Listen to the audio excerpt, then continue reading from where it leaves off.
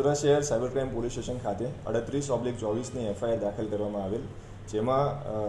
અંકુર technologies private limited નામની કંપનીના માલિક છે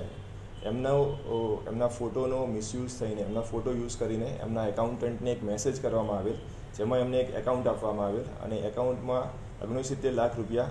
ભરાવવામાં આવેલ. જે બાબતે તપાસ કરતાં અગાઉ આ જ કેસમાં 3 આરોપીઓ પકડાઈ ગયેલ છે અને જે બાબતે વધુ તપાસ કરતાં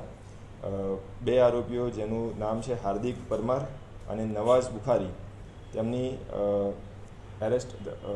ટ્રાન્સફર વોરંટથી એમની ધરપકડ કરવામાં આવી છે. એમનો મુખ્યત્વે રોલ જે એકાઉન્ટમાં જે ફર્સ્ટ લેયરમાં 69 લાખ રૂપીસ ગયા છે, 69 લાખ રૂપિયા, તે વિવિધ સેકન્ડ લેયરમાં 9 એકાઉન્ટ છે, તેમાં પૈસા જમા કરવામાં આવેલ. આરોપીઓનો રોલ એ પ્રકારે છે કે તેઓ અલગ અલગ માણસો પાસેથી વિવિધ બેંક એકાઉન્ટ ઓપન કરાવતા હતા અને તેમની પાસેથી